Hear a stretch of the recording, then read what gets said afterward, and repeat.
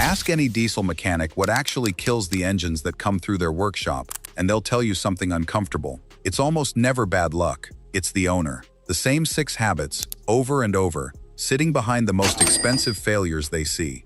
Today we're counting them down, from the one that quietly shortens your engine's life, all the way to number 1, a mistake that causes permanent damage no workshop can undo, costs thousands, and takes about 90 seconds to avoid. Most drivers make it without ever knowing. Mechanics can spot it from the service history alone, and it makes them want to scream. Let's count them down, starting with number 6, and this one happens before you've even left your street. Revving a cold diesel. Cold mornings, you start the car, and within 30 seconds you're accelerating hard up the road, or worse, sitting there blipping the throttle to warm it up faster. Here's the problem.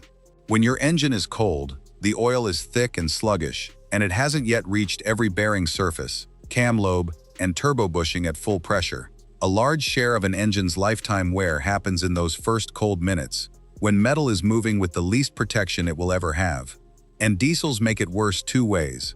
They take longer to warm up than petrol engines, and they produce enormous torque from low revs, which means you can load the engine heavily before anything is ready for it. Meanwhile, a cold engine burns fuel incompletely, making extra soot for the DPF and washing fuel down the cylinder walls into your oil. So what do mechanics want you to do? Don't idle it warm, and don't thrash it either. Start it, give it 30 seconds, then drive off gently, and keep the revs modest until the temperature gauge is up.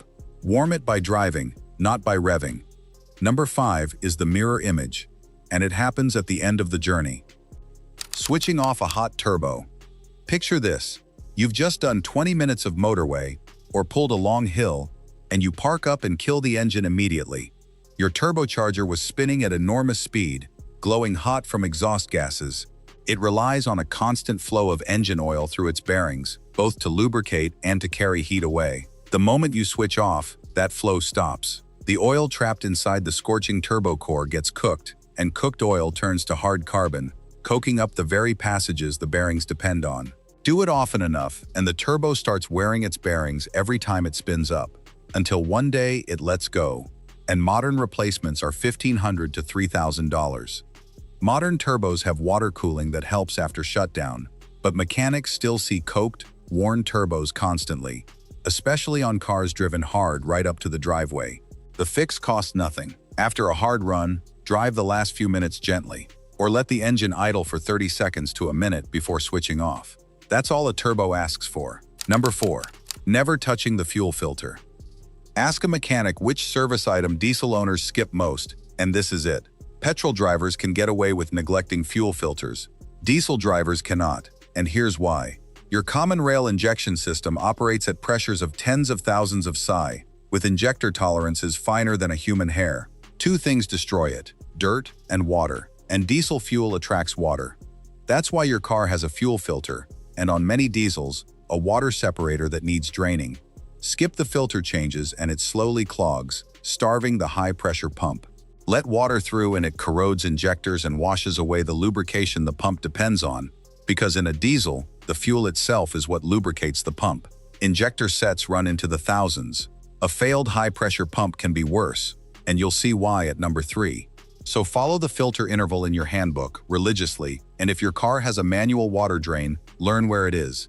Which brings us to number 3, and this one will surprise people because it feels completely harmless. Running the tank near empty, all the time. You know the type, and maybe you are the type. The fuel light is basically a suggestion. The range says 15 miles, and you're still passing fuel stations. In a diesel, this habit is quietly dangerous, for 3 reasons. First, remember, diesel fuel lubricates and cools your high-pressure fuel pump. Run the tank low, and the pump works harder and hotter, with less coming through. Exactly the conditions that accelerate wear in a component that, on some engines, is notorious for self-destructing and sending metal shavings through the entire fuel system. When that happens, the repair isn't a pump. It's the pump, the injectors, the lines, the rail, sometimes the tank, all cleaned or replaced. On some cars, that bill rivals the value of the vehicle. Second, years of sediment and gunk settle at the bottom of your tank, and running low is how it gets stirred up and dragged toward your filter and pump. And third, Run it truly dry, and a diesel doesn't just restart like a petrol car. Air gets into the high-pressure system, and on many models that means bleeding the system, sometimes a recovery truck, all to save one fuel stop. Mechanics' advice is simple: treat a quarter tank as empty. Your fuel system will outlast the car. Number 2. Ignoring the DPF light. We've talked about the particulate filter across this whole series, but here's the specific thing mechanics beg you to understand. The DPF warning light is a staged system, and every stage you ignore multiplies the bill. When the light first appears, the filter is loaded but savable. The car is asking for one thing: a good sustained drive, 20 minutes or so at motorway speed, so it can complete a regeneration and burn the soot off. Cost: a few dollars of fuel. Ignore it. Keep pottering around town, and the soot keeps stacking until the car protects itself, cutting power and dropping into limp mode. Now regeneration is locked out, and you need a workshop to force one if the soot load isn't already too high. Ignore even that, and the filter passes the point where burning is safe or possible at all. Now it's off car cleaning, or a new DPF at $1,500 to $4,000, plus whatever the back pressure did to your turbo along the way. Same light, 3 outcomes: a free drive, a workshop bill, or a 4-figure invoice, decided entirely by how fast you respond. When that light comes on, act that day. Not this month, that day. And now, number 1. The mistake mechanics can spot in a service history from across the room. The one that does damage no regeneration, no cleaning drive, and no forced regen can ever reverse: putting the wrong oil in your diesel. Here's what almost nobody tells you at the parts counter. If your diesel has a particulate filter, and if it's a modern diesel, it does. It doesn't just need oil of the right thickness. It needs low ash oil, what the industry calls low SAPs, the ASEA C specifications, or maker codes like VW 50700, BMW Long Life 04, Mercedes 229.51. And the reason is the single most misunderstood fact in diesel ownership.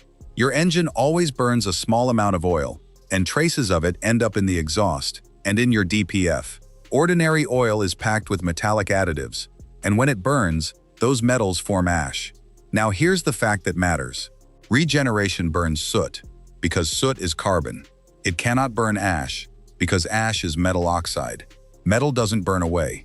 Every gram of ash that enters your DPF stays there, forever. It accumulates, year after year, until the filter is permanently, physically blocked, and no drive, no cleaning cycle, no workshop regen can remove it. Low ash oil exists to slow that clock down so the filter outlives the car. Pour in the wrong oil, a bargain jug, a quick lube top-up, an oil meant for an older diesel, and you spin that clock forward hard. Industry research puts oil-derived ash behind roughly 90% of DPF clogging, and there are documented cases of it going wrong fast. In one, a nearly new car had the wrong specification oil put in at a routine change, and shortly afterwards the DPF was irreversibly blocked, unsalvageable, a bill of thousands, from one oil change. The defense takes 90 seconds. Open your handbook, find the exact oil specification, the letters and numbers, not just the 5W30, and make sure every bottle that goes in your engine carries that approval, including top-ups, including quick lube shops, where you should ask before they touch the car. It's the cheapest insurance in this entire series. So, there's the list. Warm it by driving, not revving. Give a hot turbo a minute before shutdown. Change the fuel filter and drain the water. Keep the tank above a quarter. Treat the DPF light like a same-day appointment. And never let a single liter of the wrong oil into the engine. None of these cost real money. All of them prevent the exact failures filling workshop diaries right now. Your mechanic would rather see you for servicing than for a $4,000 rescue, and honestly, so would your wallet. If you're guilty of any of these, tell me which one in the comments. The Fuel Light Gamblers already know who they are. And subscribe, because next time we're naming names, the diesel engine's mechanics privately warn their friends never to buy, and one of them is probably parked on your street,